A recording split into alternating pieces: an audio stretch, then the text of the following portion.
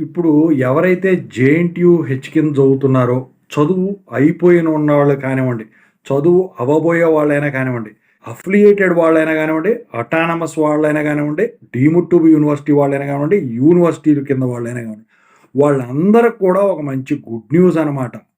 ఇప్పుడు జాబులు లేని పరిస్థితి. నెక్స్ట్ ఏం జేయాలి? ఏం జేయాలని కాళ్ళు, చేతులు ఆడించుకుంటా ఉన్నారు. సో, మీ అందరి కోసం ఓ గుడ్ న్యూసు.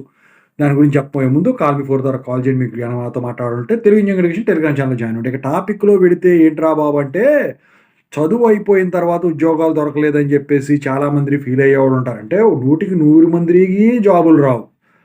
ఇక స్టార్టప్‌లు పెట్టుకుందాం అనుకుంటారు. అలాంటి వాళ్ళ కోసం మీ అందరికి ఇంతకుముందు తెలిసిందే రాజు యువ వికాసం పథకం ఒకటి తీసుకొచ్చారు. అయితే ఇంతవరకు దాన్ని ముందుకు పంపించలేదు. అప్లికేషన్ పెట్టుకోండి, పెట్టుకోండి అన్నారు. అంతా అయింది. ఇప్పుడు ఈ సంవత్సరం వచ్చేసరికి ఇక నుంచి దానికి బడ్జెట్ కేటాయించారు. మొత్తానికి ఎట్టకేలకు 6,000,00,00,000 ఈ సంవత్సరం కేటాయించడం అయితే జరిగిందనమాట.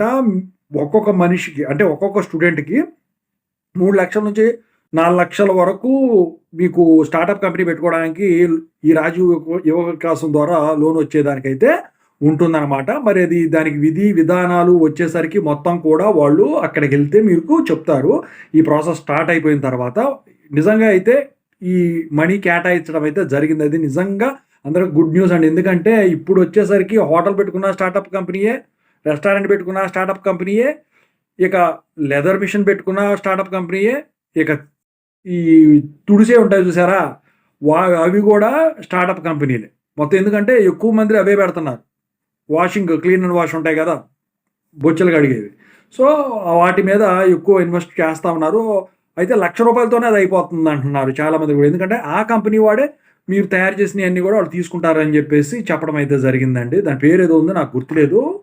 సో, మీకేమైనా తెలిస్తే కింద కామెంట్ సెక్షన్‌లో కామెంట్ చేయండి. Thank you so much.